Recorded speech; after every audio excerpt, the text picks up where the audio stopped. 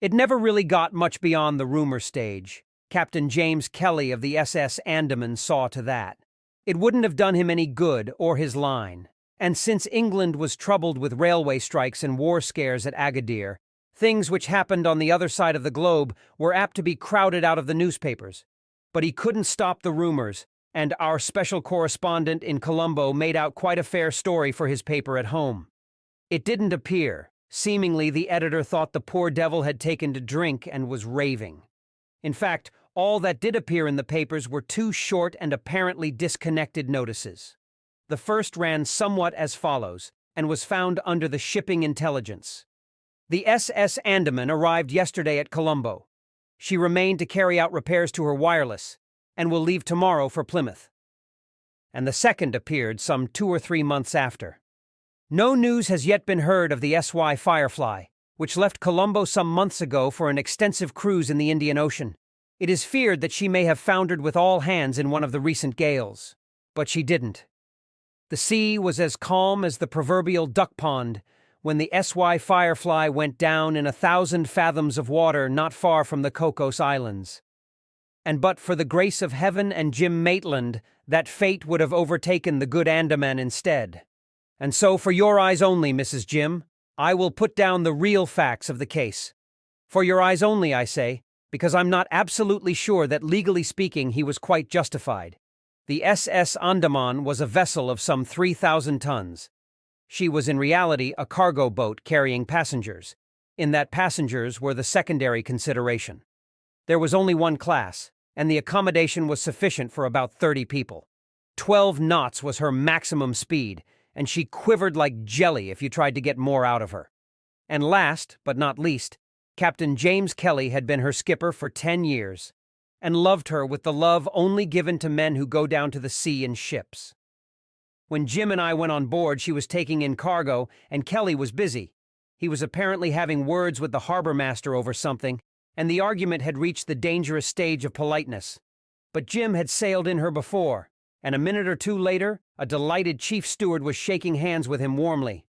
"This is great, sir," he cried. "We got a wireless about the berths, but we had no idea it was from you." "You can fix us up, Barry?" asked Jim. "Sure thing, Mr. Maitland," answered the other. "We've only got 12 on board. 2 Yanks, a colored gentleman, 2 ladies, and a missionary bunch." We had followed him below, and he was showing us our cabins. "7 of 'em, sir," he went on, "with 2 crates of Bibles and prayer books all complete. Maybe you saw them sitting around on deck as you came on board." "Can't say I did, Barry," said Jim indifferently. "They never go ashore, sir," continued the steward. "We've been making all the usual calls, and you'd have thought they'd have liked to go ashore and stretch their legs. But they didn't. There they sit from morning till night reading and praying, till they fairly give you the hump." "It doesn't sound like one long scream of excitement," said Jim. "But if they're happy, that's all that matters. Come on, Dick. Let's go up and see if old man Kelly is still being polite." We went on deck to find that the argument was finished, and with a shout of delight the skipper recognized Jim. Jim went forward to meet him, and for a moment or two I stood where I was, idly watching the scene on the quay. And then quite distinctly I heard a voice from behind me say, "By God, it's Jim Maitland." Now, as a remark, it was so ordinary when Jim was about that I never gave it a thought. In that part of the world one heard it, or its equivalent, whenever one entered a hotel or even a railway carriage. And so, as I say, I didn't give it a thought for a moment or two until Jim's voice hailed me, and I turned around to be introduced to the skipper. It was then that I noticed 2 benevolent-looking clergymen seated close to me in 2 deck chairs. Their eyes were fixed on the skipper and on Jim, while 2 open Bibles adorned their knees. Not another soul was in sight. There was not the slightest doubt in my mind that it was one of them who had spoken. And as I stood talking with the skipper and Jim, my mind was subconsciously working. There was no reason, of course, why a missionary should not recognize Jim, but somehow or other one does not expect a devout man with a Bible lying open on his knee to invoke the name of the Almighty quite so glibly. If he had said, "Dear me," or "Good gracious," it would have been different. But the other came as almost a shock. However, the matter was a small one, and probably I should have dismissed it from my mind. but for the sequel a minute or two later. The skipper was called away on some matter, and Jim and I strolled back past the two Parsons. They both looked up at us with mild interest as we passed, but neither of them gave the faintest sign of recognition. Now that did strike me as strange. A clergyman may swear if he likes, but why in the name of fortune he should utterly ignore a man whom he evidently knew was beyond me. "Come and lean over the side, Jim," I said when we were out of earshot. "I want to tell you something funny, only don't look around." He listened in silence, and when I ended, he said, "More people know Tom Fool, old boy, than Tom Fool knows. I certainly don't know either of those two sportsmen, but it's more than likely they know me, at any rate by sight. And wouldn't you swear if you had to wear a dog collar in this heat?" Evidently, Jim was inclined to dismiss the episode as trifling, and after a time I came around to the same view. Even at lunch that day, when the skipper was formally introducing us and the clergyman still gave no sign of claiming any previous acquaintance with Jim, I thought no more about it. Possibly, to substantiate that claim, he might have had to admit his presence in some place, which would take a bit of explaining away to his little flock. For the man whose voice I had heard was evidently the shining light of the bunch. He turned out to be the Reverend Samuel Longfellow, and his destination, as that of all the others, was Colombo. They were going to open a missionary house somewhere in the interior of Ceylon and run it on novel lines of their own.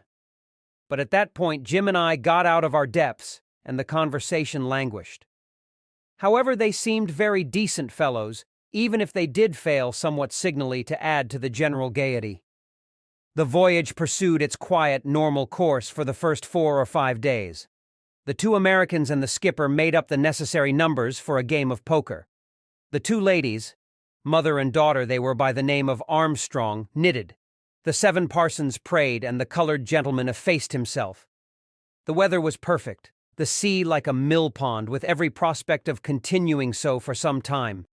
And so we lazed along at our 12 knots, making a couple of final calls before starting on the 2,000-mile run to Colombo. It was the first night out on the last stage that Jim and I were sitting talking with the skipper on the bridge. Occasionally, the sharp, hissing crackle of the wireless installation broke the silence, and through the open door of the cabin, we could see the operator working away in his shirt sleeves. "I guess it's hard to begin to estimate what we sailors owe to Marconi for that invention," said Kelly thoughtfully. "Now that we've got it, it seems almost incredible to think how we got along without it. And what can I do for you, sir?" An abrupt change in his tone made me look around to see the Reverend Samuel Longfellow standing diffidently behind us. He evidently felt that he was trespassing, for his voice was almost apologetic. "Is it possible, Captain, to send a message from your wireless?" he asked. "Of course it is," answered Kelly. "You can hand in any message you like to the operator, and he'll send it for you." "You see, I've never sent a message by wireless before," said the parson mildly, "and I wasn't quite sure what to do. Can you get an answer quickly?" "Depends on whom you are sending it to and where he is." "He's on a yacht somewhere in this neighborhood," answered the clergyman. "He is a missionary, like myself, whose health has broken down, and a kind philanthropist is taking him for a cruise to help him recover. I felt it would be so nice if I could speak to him, so to say, and hear from him, perhaps, how he is getting on." "Quite," agreed the skipper gravely. "Well, Mr. Longfellow, there is nothing to prevent your speaking to him as much as you like. You just hand in your message to the operator whenever you want to, and he'll send down the answer to you as soon as he receives it." "Oh, thank you, Captain Kelly," said the parson gratefully. "I suppose there's no way of saying where I am," he continued hesitatingly. "I mean, on shore, when one sends a wire, the person who gets it can look up where you are on a map, and it makes it so much more interesting for him." The skipper knocked the ashes out of his pipe. "I'm afraid, Mr. Longfellow," he remarked at length in a stifled voice, "that you can't quite do that at sea. Of course, the position of the ship will be given on the message in terms of latitude and longitude, so if your friend goes to the navigating officer of this yacht, he'll be able to show him with a pin exactly where you were in the Indian Ocean when the message was sent." "I see," said the clergyman. "How interesting. And then, if I tell him that we are moving straight toward Colombo at 12 knots an hour, My dear friend will be able to follow me in spirit all the way on the map." The skipper choked slightly. "Precisely, Mr. Longfellow, but I wouldn't call it 12 knots an hour if I were you. Just say 12 knots. The Reverend Samuel looked a little bewildered. 12 knots, I see. Thank you so much. I'm afraid I don't know much about the sea. May I go now to the gentleman who sends the messages?" "By all manner of means," said Kelly, and Jim's shoulders shook. "Give the operator your message, and you shall have the answer as soon as it arrives." Again murmuring his thanks, the missionary departed, and shortly afterward we saw him in earnest converse with the wireless operator. And that worthy, having read the message and scratched his head, stared a little dazedly at the Reverend Samuel Longfellow, obviously feeling some doubts as to his sanity. To be asked to dispatch to the world at large a message beginning "Dear Brother" and finishing "Yours in the Church" struck him as being something which a self-respecting wireless operator should not be asked to do. "Poor little bird," said the skipper thoughtfully, as the missionary went aft to join his companions. "I'm glad for his sake that he doesn't know what the bulk of our cargo is this trip. He wouldn't be able to sleep at night for fear of being made to walk the plank by pirates." Jim looked up lazily.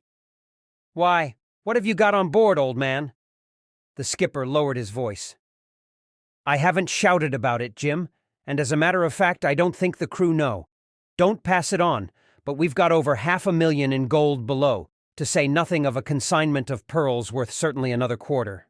Jim whistled. "By Jove! It would be a nice haul for someone. Bit out of your line, isn't it, James? Carrying specie?" "Yes, it is," agreed the other. "It generally goes on the bigger boats, but there was some hitch this time, and it's just as safe with me as it is with them. That has made it safe." He pointed to the wireless operator busily sending out the parson's message. "That has made piracy a thing of the past. And incidentally, as you can imagine, Jim, it's a big feather in my cap, getting away with this consignment. It's going to make the trip worth 6 ordinary ones to the firm and, to me. And with any luck, if things go all right, as I'm sure they will, I have hopes that in the future it will no longer be out of our line. We might get a share of that traffic, and I'll be able to buy that chicken farm in Dorsetshire earlier than I thought." Jim laughed. "You old humbug, James. You'll never give up the sea." The skipper sighed and stretched himself. "Maybe not, lad, maybe not. Not till she gives me up, anyway. But chickens are nice companionable beasts, they tell me, and Dorset is England." We continued talking for a few minutes longer when a sudden and frenzied explosion of mirth came from the wireless operator. I had noticed him taking down a message which he was now reading over to himself, and after a moment or two of unrestrained joy, he came out on deck. "What is it, Jenkins?" said the skipper. "Message for the parson, sir," answered the operator. "There is a duplicate on the table." He saluted and went aft to find the Reverend Samuel. "I think," murmured the skipper with a twinkle in his eye, "that I will now inspect the wireless installation. Would you care to come with me?" And this is what we, most reprehensibly, read. "Dear brother, how lovely the gentleman who guides our ship tells me we pass quite close about midday, the day after tomorrow, will lean over railings and wave pocket handkerchief. Ferdinand." "My sainted aunt!" spluttered the skipper. "Lean over railings and wave pocket handkerchief." "I think I prefer the gentleman who guides our ship," said Jim gravely. "Anyway, James, I shall borrow your telescope as we come abreast of Ferdinand. I'd just hate to miss him. Good night, old man. You'd better have that message framed." It was about half an hour later that the door of my cabin opened and Jim entered abruptly. I was lying in my bunk, smoking a final cigarette, and I looked at him in mild surprise. He was fully dressed, though I had seen him start to take off his clothes 20 minutes before, and he was looking grave. "You pay attention, Dick," he said quietly, sitting down on the other bunk. I had just taken off my coat when I remembered I'd left my cigar case in a niche up on deck. I went up to get it, and just as I was putting it in my pocket, I heard my own name mentioned. Somewhat naturally, I stopped to listen, and I distinctly heard this sentence: "Don't forget, you are absolutely responsible for Maitland."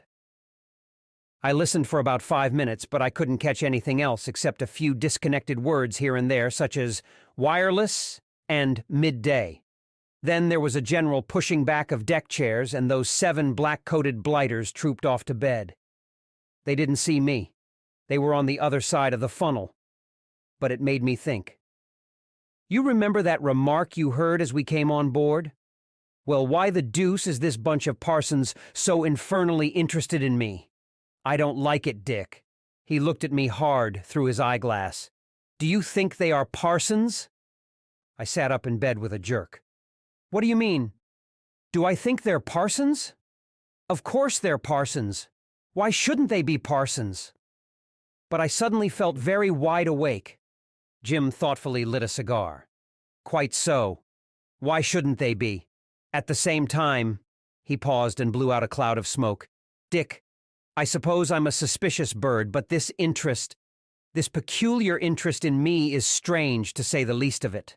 Of course, it may be that they regard me as a particularly black soul to be plucked from the burning, in which case I ought to feel duly flattered. On the other hand, let us suppose for a second that they are not parsons. Well, I don't think I am being unduly conceited if I say that I have a fairly well-known reputation as a tough customer if trouble occurs. By this time, all thoughts of sleep had left me. What do you mean, Jim? I demanded. He answered my question by another. Don't you think, Dick, that radiograph was just a little too foolish to be quite genuine? Well, it was genuine right enough. Jenkins took it down in front of our eyes. Oh, it was sent. I'm not denying that. And it was sent as he received it, and as we read it. But was it sent by a genuine parson, cruising in a genuine yacht for his health? If so, my opinion of the brains of the church drops below par. But if, he drew deeply at his cigar. If, Dick, it was not sent by a genuine parson, but by someone who wished to pose as the driveling idiot curate of fiction, why, my opinion of the brains of the church remains at par. Look here, I said, lighting a cigarette. I may be stupid, but I can't get you. Granting your latter supposition, why should anyone not only want to pose as a parson when he isn't one, but also take the trouble to send fool messages around the universe? Has it occurred to you, said Jim quietly, that 2 very useful pieces of information have been included in those 2 fool messages? First, our exact position at a given time, and our course and our speed. Secondly, the approximate time when the convalescing curate, in the yacht belonging to the kind friend, will impinge on that course. And the third fact, not contained in either message, but which may possibly have a bearing on things, is that on board this yacht there is $500,000 in gold and $250,000 in pearls. Good heavens, I muttered, staring at him foolishly. Mark you, Dick, I may have stumbled into a real first-class mare's nest. The Reverend Samuel and his pals may be all that they say and more, but I don't like this tender solicitude for my salvation. Are you going to say anything to the skipper? I asked. Yes, he answered. I think I shall tell James. But he's a pig-headed fellow, and he'll probably be darned rude about it. I should, if I were he. They aren't worrying over his salvation. And with that he went to bed, leaving me thinking fairly acutely. Could there be anything in it? Could it be possible that anyone would attempt piracy in the 20th century, especially when the ship, as the skipper had pointed out, was equipped with wireless? The idea was ridiculous, and the next morning I went around to Jim's cabin to tell him so. It was empty, and there was a note lying on the bed addressed to me. It was brief and to the point. I am ill in bed with a sharp dose of fever. Pass the good news on to our friend, the parson. Jim. I did so, at breakfast, and I thought I detected a shade of relief pass over the face of the Reverend Samuel, though he inquired most solicitously about the sufferer, and even went so far as to wish to give him some patent remedy of his own. But I assured him that quinine and quiet were all that were required, and with that the matter dropped. And then there began for me a time of irritating suspense. Not a sign of Jim did I see for the whole of that day and the following night. His cabin door had been locked since I went in before breakfast, and I didn't even know whether he was inside or not. All I did know was that something was doing. And there are few things more annoying than being out of a game that you know is being played. Afterward, I realized that it was unavoidable, but at the time, I cursed inwardly and often. And the strange thing is that when the thing did occur, it came with almost as much of a shock to me as if I had had no previous suspicions. It was the suddenness of it, I think. The suddenness and the absolute absence of any fuss or shouting. Naturally, I didn't see the thing in its entirety. My outlook was limited to what happened to me and in my own vicinity. I suppose it was about 11:30, and I was strolling up and down the deck. Midday had been the time mentioned, and I was feeling excited and restless. Mrs. Armstrong and her daughter were seated in their usual place, and I stopped and spoke a few words to them. Usually Mrs. Armstrong was the talker of the two, a big, gaunt woman with yellow spectacles, but pleasant and homely. This morning, however, the daughter answered, and her mother, who had put on a veil in addition to the spectacles, sat silently beside her. "Poor mother has such a headache from the glare that she has had to put on a veil," she said. "I hope Mr. Maitland is better." I murmured that he was about the same, just as two of the parsons strolled past, and I wondered why the girl gave a little laugh. Then suddenly she sat up, with a cry of admiration. "Oh, look at that lovely yacht!" I swung around quickly, and there, sure enough, about 100 yards from us, and just coming into sight around the awning, was a small steam yacht, presumably the one from which Ferdinand was to wave. And at that moment the shorter of the two parsons put a revolver within an inch of my face, while the other one ran his hands over my pockets. It was so unexpected that I gaped at him foolishly, and even when I saw my Colt flung overboard, I hardly realized that the big holdup had begun. Then there came a heavy thud from just above us, and I saw Jenkins, the wireless man, pitch forward on his face, half in and half out of his cabin door. He lay there sprawling, while another of the parsons proceeded to wreck his instruments with the iron bar which he had used to stun the operator. Just then, with a squawk of terror like an anguished hen, Mrs. Armstrong rose to her feet, and with her pink parasol in one hand and her rug in the other, fled toward the bow of the ship. She looked so irresistibly funny, this large, hysterical woman, that I couldn't help it. I laughed. And even the two determined-looking parsons smiled, though not for long. "Go below," said one of them to Miss Armstrong. "Remain in your cabin. And you," he turned to me, "go aft where the others are." "You infernal scoundrel!" I shouted. "What are you playing at?" "Don't argue, or I'll blow out your brains," he said quietly. "And get a move on." I found the two Americans and the colored gentleman standing in a bunch with a few of the deckhands, and everyone seemed equally dazed. One of the so-called parsons stood near with a revolver in each hand, but it was really an unnecessary precaution. We were none of us in a position to do anything, and suddenly one of the Americans gripped my arm. "Gee, look at the two guns on that yacht!" Sure enough, mounted fore and aft and trained directly on us, were two guns that looked to me to be of about 3-inch caliber, and behind each of them stood two men. "What's the game anyway?" he went on excitedly as two boats shot away from the yacht. For the first time I noticed that the engines had stopped, and that we were lying motionless on the calm, oily sea. But my principal thoughts were centered on Jim. Where was he? What was he doing? Had these blackguards done away with him, or was he lying up somewhere, hidden away? And even if he was, what could he do? Those two guns had an unpleasant appearance. A bunch of armed men came pouring over the side of the ship and then disappeared below, only to come up again in a few minutes, carrying a number of wooden boxes, which they lowered into the boats alongside. They worked with the efficiency of well-trained sailors, and I found myself cursing aloud. For I knew what was inside those boxes and was so utterly helpless to do anything. And yet I couldn't help feeling a sort of unwilling admiration. The thing was so perfectly organized. It might have been a well-rehearsed drill instead of a unique and gigantic piece of piracy. I stepped back a few paces and looked up at the bridge. The skipper and his 3 officers were there, covered by another of the parsons, and the 5th member of the party was the Reverend Samuel Longfellow.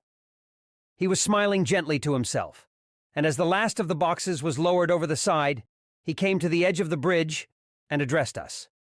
"We are now going to leave you," he remarked suavely. "You are all unarmed, and I wish to give you a word of advice. Should either of the gunners on my yacht see anyone move, however innocent the reason, before we are on board, he or both of them will open fire. So do not be tempted to have a shot at me, Captain Kelly, because it will be the last shot you ever have. You will now join your crew, if you please." In silence, the skipper and his officers came down from the bridge, and the speaker followed them. For a moment or two, he stood facing us with an ironical smile on his face. "Your brother in the church thanks you for your little gift to his offertory box," he remarked. Then he turned to one of the other parsons beside him. "Is it set?" he asked briefly. "Yea," said the other. "We'd better hurry. What about that woman up there?" "Confound the woman!" answered the Reverend Samuel. "A pleasant journey, Captain Kelly." He stepped down the gangway into the second boat and was pulled away toward the yacht, and feeling almost sick with rage, I glanced at the skipper beside me. Poor devil. What he must be feeling I hardly dared to think. To be held up on the high seas and robbed of specie and pearls the first time he was carrying them was cruel luck, and I was prepared to see anything on his face, save what I did see. For he was staring at the bow of the ship, with a fierce, blaring excitement in his eyes, and instinctively, I looked too, though everyone else was staring at the yacht. And then for the first time I remembered Mrs. Armstrong. She was cowering down with her hands over her ears, the picture of abject terror. But now curiosity overcame her fright, and she knelt there, staring at the yacht. Her pink parasol was clutched in her hands, and tragic though the situation was, I could not help smiling involuntarily. Anyway, she would have something to talk about when she got home. A mocking shout from the yacht made me look away again. The scoundrel who called himself the Reverend Samuel Longfellow was standing beside the boxes of gold and pearls which had been stacked on the deck. He was waving his hand and bowing ironically, with the 6 other blackguards beside him, when the last amazing development took place. Literally before our eyes, they vanished in a great sheet of flame. I had a momentary glimpse of the yacht apparently splitting in two, and then the roar of a gigantic explosion nearly deafened me. "Get under cover!" yelled the skipper, and there was a general stampede as bits of metal and wood began falling into the sea all around us. Then there came another smaller explosion as the sea rushed into the yacht's engine room. A great column of water shot up, and when it subsided, the yacht had disappeared. "What in heaven's name happened?" said one of the Americans dazedly. "What made her blow up like that?" I said nothing. I felt too dazed myself. And unconsciously I looked toward the bow. Mrs. Armstrong had disappeared. The skipper sent away a boat, but it was useless. There was a mass of floating wreckage, but no trace of any survivor, and after a while the search was given up. Just one of those unexplained mysteries, which in this case could only be accounted for as divine retribution. So, at any rate, Mrs. Armstrong said to me when I met her on deck half an hour afterward, "Dreadful! Terrible!" she cried. "How more than thankful I am that I didn't see it." "You didn't see it?" I said, staring at her. "But surely, And then I heard Jim's voice behind me. "Mrs. Armstrong, I have a dreadful confession to make. Mrs. Armstrong, Dick was good enough to lend me some clothes this morning so that we could have a rag when crossing the line, and I've gone and dropped her parasol overboard." I admit it. I wasn't bright. "We're nowhere near the line," I remarked, but fortunately the good lady paid no attention. "What does it matter, Mr. Maitland?" she cried. "To think of anything of that sort in face of this awful tragedy. Though I must confess, I think it served the villains right." She walked away like an agitated hen, and Jim smiled grimly. "Poor old soul," he said. "Let's hope she never finds out what I really wanted her clothes for." "So it was you up in the bow," I remarked. He nodded. "Didn't you guess? Dick, I feel I've treated you rather scurvily. Let's go and have a drink and I'll put you wise. I saw Kelly that night," he began when we were comfortably settled, "and at first he laughed as I thought he would.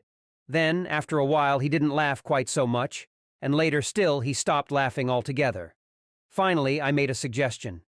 If these men were what they said they were, the two big chests below, which common report had it were filled with Bibles, would prove their case. I suggested, therefore, that we examine these two chests. They would never know, and it would settle the matter.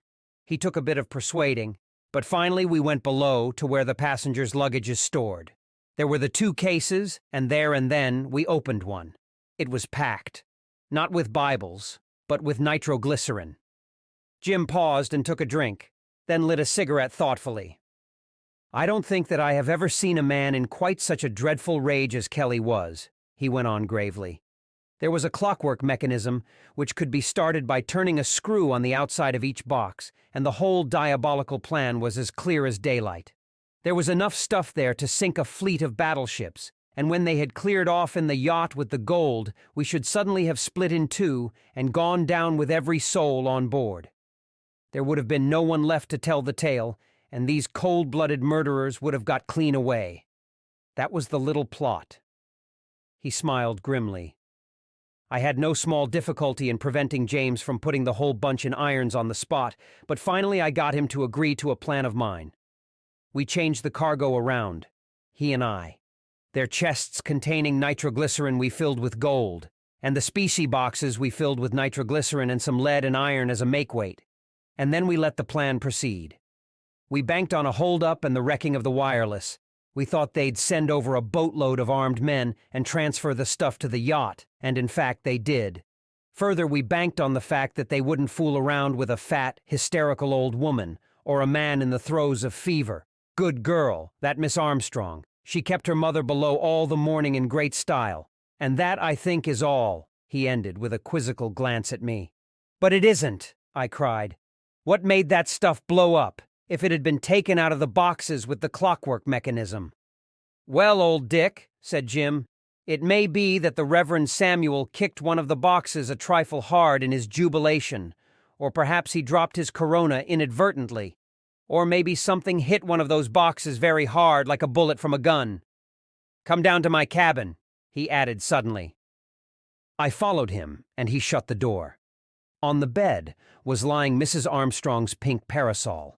The muzzle of an express rifle stuck out through a hole that had been split in the silk near the ferrule. The stock was hidden by the material. Jim took it out and cleaned it carefully. Then he looked at the parasol and smiled. Beyond repair, old man, and since I told the old dear I had dropped her gamp overboard, well... He rolled it up slowly and threw it far out through the porthole, then stood for a moment watching it drift,